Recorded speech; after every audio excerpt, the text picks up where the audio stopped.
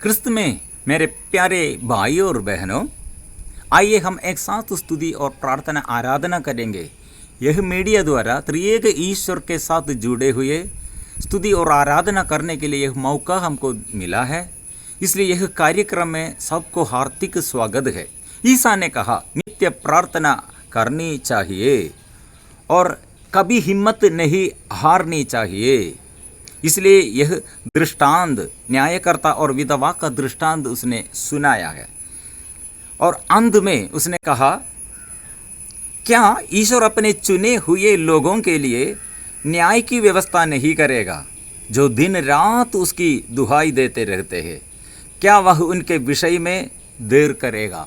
मैं तुमसे कहता हूँ, वह शीघ्र ही उनके लिए न्याय करेगा। यह प्रभु न्याय करते हैं और वह शीघ्र ही करते हैं, देर नहीं करते हैं। इसलिए हमारे प्रार्थनाओं और हमारे ज़रूरतों में वह दूर नहीं है, विमुख होकर हमें छोड़कर दूर नहीं है, हमारे साथ है। इसलिए एक साथ हम आएंगे, प्रभु के पास अपने को समर्पण करेंगे और हमारे सारे ज़रूरतों को और हमारे सारे निवेदनों को प्रभु के चरणों में हम समर्पण करना चाहिए। सारे चिंताएं उसके ऊपर छोड़ दे और प्रभु हमें सदा शांति देता है। इसलिए अशांत मन हमारे जीवन में वह दूर करने के लिए हमारा समर्पण चाहिए। इसलिए संपूर्ण समर्पण जो करते हैं उसका जीवन में संपूर्ण शांति है। इसलिए समर्पण का पूर्णता वह हम शांति पूर्णता में हम अनुभव करते हैं। इसलिए अशांति का कारण यह है समर्पण का अभाव। समर्पण का अभाव में शैतान हमारे ऊपर अधिकार लेता है। इसलिए फिर हमारे जीवन में अशांति, डर और सारे समस्याएं ऐसे पाप का बंधन, बुराई का बंधन फैलते हैं। शैतान सब नष्ट करते हैं और सब तितर बितर करते हैं। इसलिए प्रभु के पास आकर ये शक्तिशाली हाथ, प्रभु का हाथ शक्तिशाली है, समर्थ है और उसका कान बहरा नहीं है। यशायाह नबी का ग्रंथ अध्याय 59 पद संख्या 1 में हम पढ़ते हैं, प्रभु का हाथ समर्थ है, बचाने के लिए वह समर्थ है, उसका कान बहरा नहीं है, वो सब कुछ वह सुनते हैं।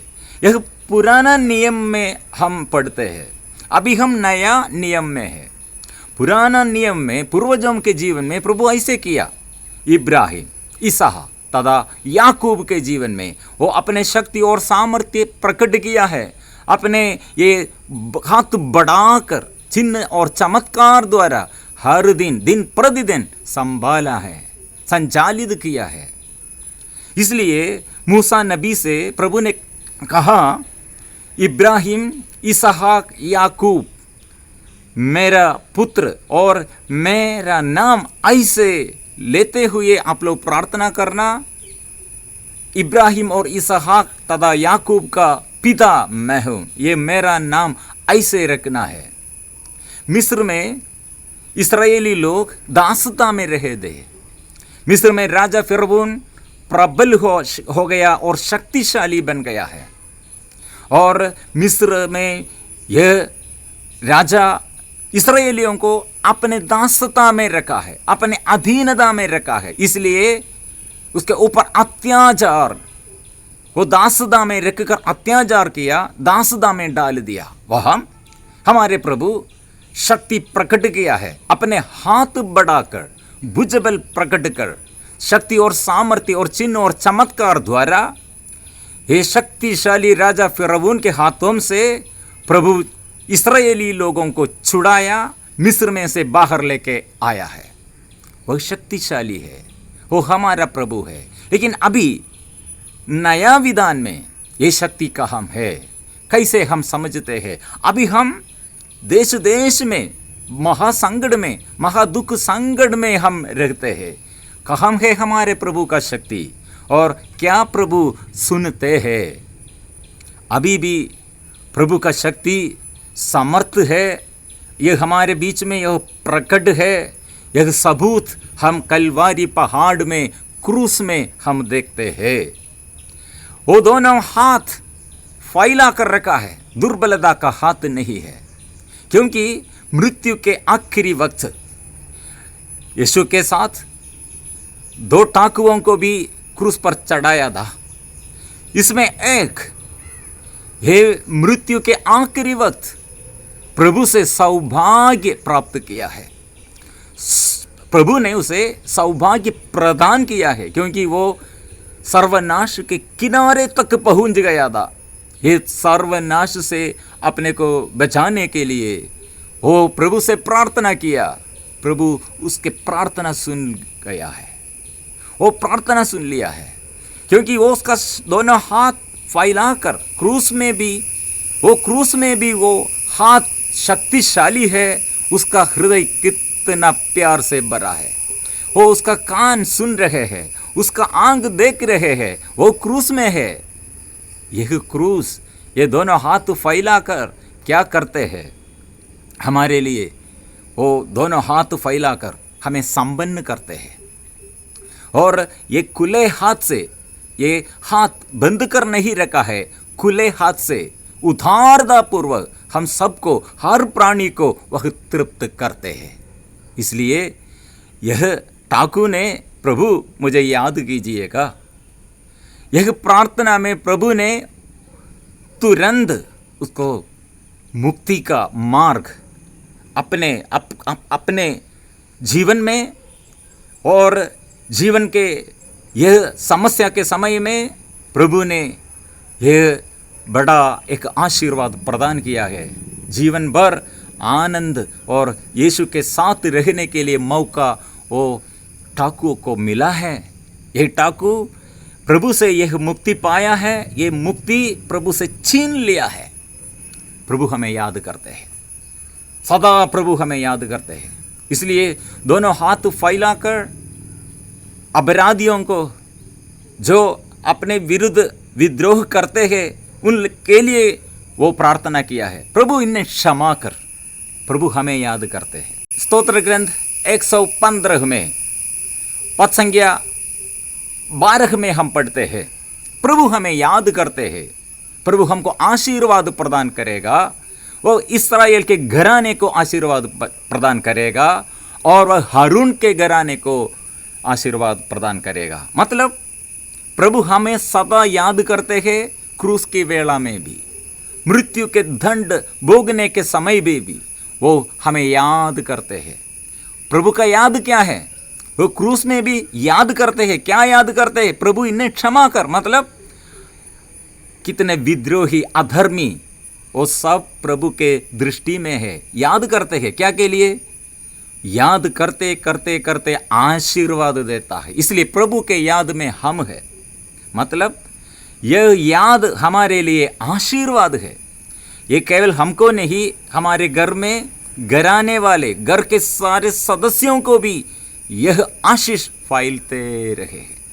प्रभु का प्यार इतना बड़ा है, वो हृदय में कितना प्यार है और दोनों हाथ में कितना शक्ति है और उसका वचन में, उसका प्रार्थना में और कितना आशीष है, कितना आशीर्वाद है हमको और सभी सारे सदस्यों को वह प्रदान करते हैं। कुरिन्थियों का पहला पत्र अध्याय 1 पद संख्या 18 हम ऐसे पढ़ते हैं, जो विनाश के मार्ग पर चलते हैं वे क्रूस की शिक्षा को मूर्खता समझते हैं, किंतु हम लोगों के लिए जो मुक्ति के मार्ग पर चलते हैं वह ईश्वर का सामर्थ्य है। क्योंकि लिखा है, मैं ज्ञानियों का ज्ञान नष्ट करूंगा और समझदारों की चतुराई व्यर्थ कर दूंगा।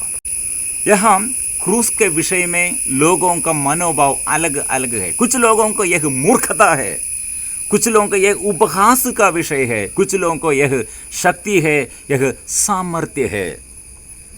यीशु के दाएं बाएं ये टाकुओं को चढ़ाया गया था। ये दोनों ऐसे मनोभाव दोनों अलग अलग दे। एक ईसा को देखकर उपहास करते हैं, दूसरा ईसा को देखकर उपासना और आराधना करते हैं। और एक क्रूस में मृत्यु के दंड के समय, दंड ये भोगने के समय भी पश्चाताप नहीं चाहते हैं, परिवर्तन नहीं चाहते हैं, ईसा को नहीं पहचानते हैं। लेकिन दूसरा, वह यीशु को देखते हुए परिवर्तन चाहते हैं और अपने पाप, अपने दोष स्वीकार करते हैं, पश्चाताप करते हैं, प्रभु से आशीष वो प्राप्त करते हैं। इसलिए पहला, विमुख होकर घमंड से अपने सर्वनाश में, हानि में अपना जीवन डाल दिया है। अपना अपराध वो छोड़ने नहीं सकते हैं और अपराध में, सर्वनाश में वह समाप्त कर दिया है। दूसरा, प्रभु के साथ आशामय जीवन वह शुरू किया है। इसलिए ध्यान दीजिए, संसार में, संसारिकता में जुड़े हुए, संसार की दृष्टि के अनुसार हम देखते हैं तो हमारे जीवन में कितने समस्या है, वो समस्या को उत्तर हमको नहीं मिलते हैं। ये समस्या में हमको उत्तर नहीं मिलते हैं, समस्या हमको समझ में नहीं आते हैं। लेकिन ईश्वर के साथ जुड़े हुए, ईश्वर की इच्छा के अनुसार जीवन बिताने जो चाहते हैं, ऐसे आध्यात्मिक दृष्टि से, अंदर दृष्टि से हम देखते हैं तो सारे समस्याओं को हमको उत्तर है। हम इसलिए प्रभु के पास आएंगे, क्रूस की ओर देखेंगे। यह क्रूस हमारे लिए क्या करते हैं? 3 मनोभाव हम देखता है। यीशु और यीशु के दाएं बाएं 2 टाकुओं, 3 लोग क्रूस में हैं। तीनों का मनोभाव अलग अलग है। यीशु का मनोभाव दूसरों के लिए प्रार्थना करते हैं, दूसरों के लिए बचाने के लिए वह चाहते हैं।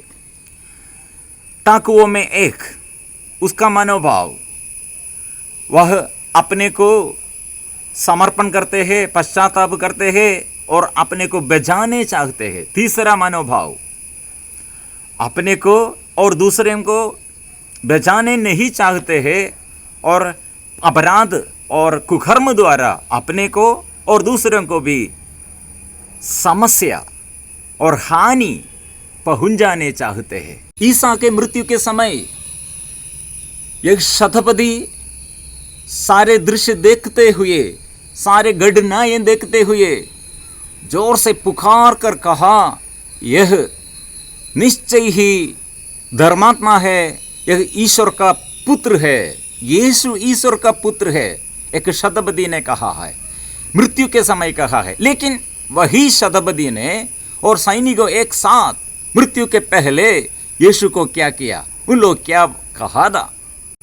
सैनिक लोग और शास्त्रियों, नेताओं के साथ महायाजक भी यह कहते हुए उनका उपहास करते थे, इसने दूसरों को बचाया किंतु यह अपने को नहीं बचा सकता, यह तो इस्राएल का राजा है। अब यह क्रूस से उतरे तो हम इसमें विश्वास करेंगे।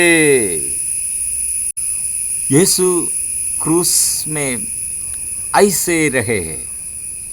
अभी उपहास करते हुए लोग बोला, अभी उतरे, क्रूस से उतरे, हम विश्वास करेंगे। लेकिन वह क्रूस में अपना जीवन अर्पण करते हुए ऐसे खड़े हैं, ऐसे रहे हैं। यह देखकर शतपदी पहले उपहास किया, अभी विश्वास किया है, ईश्वर का पुत्र है, वह धर्मात्मा है।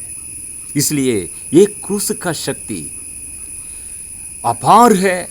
यह क्रूस हमारे लिए जीवन प्रदान करते हैं, मृत्यु के बाद भी हमको एक जीवन है। इसलिए मेरे प्रिय मित्रों, आइए, एक साथ आइए।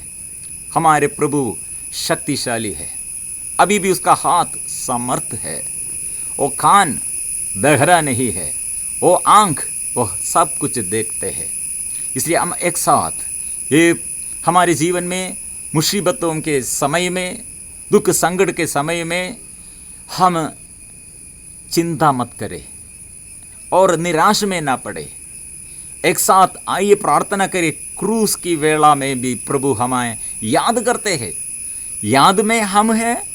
यह याद हमारे लिए आशीर्वाद है। बहुतों के जीवन में यह कोरोना के समय, यह विपत्ति के समय बहुत बहुत बड़े बड़े समस्या में लोग इधर इधर इधर उधर ऐसे तितर बितर और भटक गया है।